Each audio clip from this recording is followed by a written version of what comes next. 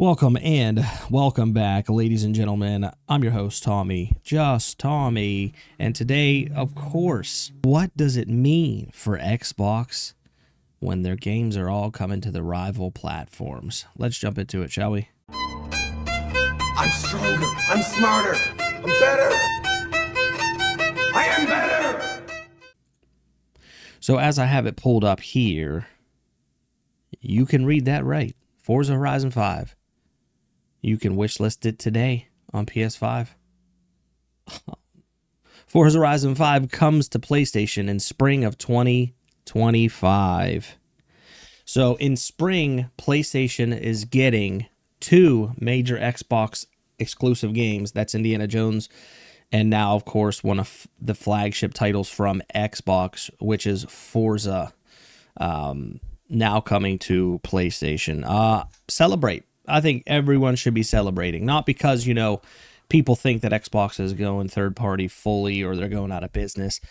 I think people need to rejoice and realize that the future is no more exclusives for anybody. I know what you're thinking. Okay. PlayStation, they still have exclusives. They're not putting all their games on PC.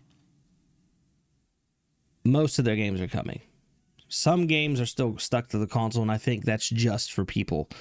That's just for the incentive of people to purchase the hardware still at this point. But it's almost like PlayStation, they don't need to do that. They are the leading in market hardware sales, aside from, the Switch, which everyone's going to buy the Switch.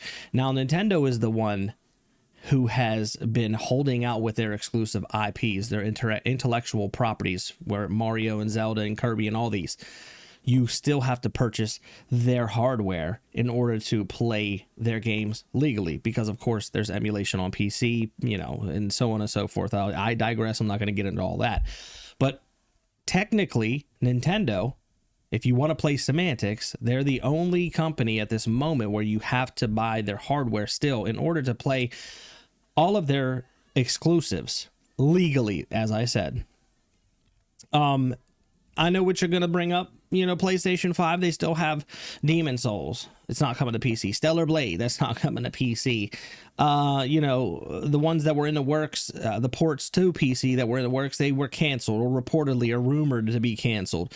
We don't really know still at this point. I'll tell you this. If their whole slate was coming to PC, I probably wouldn't own a PlayStation. I would have no reason to. I mean, technically, it's fun to have the hardware, to get the new hardware, to see how these companies are, how they're doing with their ecosystems, which I still wholeheartedly believe that Xbox has the better ecosystem, bar none. With that said, I still play mainly on the PlayStation 5 console when I'm playing on the consoles. You get what I'm saying? But yeah, when it comes down to it, console exclusives, they are going to be a thing of the past here sooner rather than later, and I think everyone should rejoice. The only people that are not a fan of this are the hardcore fanboys. And I know what you're saying, Tommy, listen, not everyone can afford all the consoles, all the platforms to play, and I get it, and I completely understand. I really do. But at the end of the day, if you're a true gamer, you're going to figure out a way how to play all of the games, one way or the other. And if you're looking to play most of the games on all these platforms, I think everyone knows where the smartest place to play would be, and that is the PC, because eventually PC gets everyone's exclusives, aside from Nintendo. But yeah, Nintendo seems to be the only one that, is still playing hardball. And I think they're going to continue to do that until it starts to not be profitable for Nintendo to keep their IPs to their hardware. They'll continue to keep them there. The minute it starts to, really become rocky, I think that's when they'll start to really kind of port their stuff to PC and possibly other platforms like the PlayStation or the Xbox.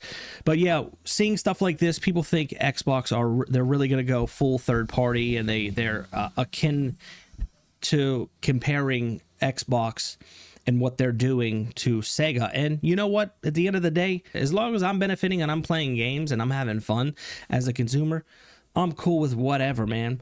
But you have to understand, maybe Xbox will eventually go the Sega route. Maybe they will. But you have to understand that just because they're making moves that Sega did in the past doesn't mean they're going to go down the same road, because the industry was vastly different back then than it is today. And especially with online accounts and online backlogs, I don't necessarily see Microsoft, changing their pace with hardware. I don't think their focus, like I've said in many different videos, I don't think their focus has been hardware for a long time, ever since the colossal mess up of the Xbox One generation. But considering people have digital libraries built in the ecosystem of Xbox, I think that's still more incentive for them to make hardware in the future. But you never really know at this point. I was honestly thinking, man, Xbox may not make another console from the Series S and X. And you know what? They may not. Series S and X might be their last hardware that they sell as far as consoles go, aside from the handheld that's been heavily rumored, coming from them, which I'm praising. I'm all for that, man. I'm ready to go for an Xbox handheld. But yeah, having that kind of mentality, and it's very easy to look at Sega and Microsoft and be like, oh yeah, Xbox is becoming Sega. Of course, they're following their footsteps. But you have to understand, or you don't have to understand. You really don't. But people really need to realize that the gaming industry back then, when Sega was doing things, versus how it is now, is vastly different. It's very much different. And I think that Xbox, can still make hardware and be profitable to a point. But as far as the power struggles with their hardware, I don't think that they're really going to go down that route anymore. When they made the Xbox One X, and it was the most powerful console on the market, and then they made the Series X, which was the most powerful console, I think they kind of realized that the power idea of their console wasn't really changing anyone's mind, because what their practices were back then soured a lot of people's idea of Xbox and their leadership. And I think that's the biggest reason why they pivoted into digital games and Game Pass and buying publishers to survive. I think it was a lot of things that went into it.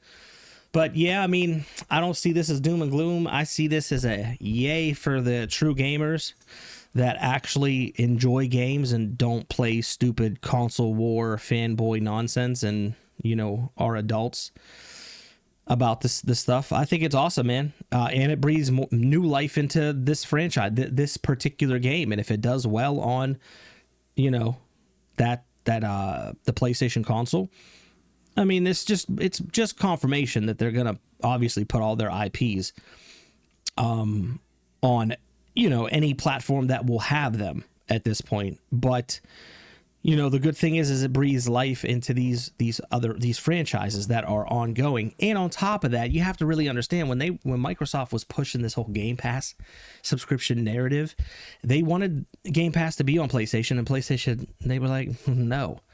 So in my mind, I'm thinking the people that are running Microsoft or running Xbox, they're like, how can we capture those players? How can we capture the player base of the PlayStation? Because we're obviously not convincing them to move over to our ecosystem, but how can we still get their dollars? How can we still, get them as customers? And that's how they came up with the idea of putting their IPs everywhere. So that's why I don't think their hardware is going to go anywhere anytime soon, because they still technically need their hardware. They still need the people that are on the Xbox consoles to pay for their Game Pass, to have that subscription. So I don't see their hardware going anywhere, but it is what it is. That's my take on it. And, hopefully you enjoyed this video. I'd love to hear what your ideas and your perspective are down below in the comments section. And of course, Make sure you click the link down there, follow all the socials. You can find, you know, the other social media platforms that I'm on, some of my music, and so on and so forth. But as always, it has been your boy, it's been real, and I am out. Later.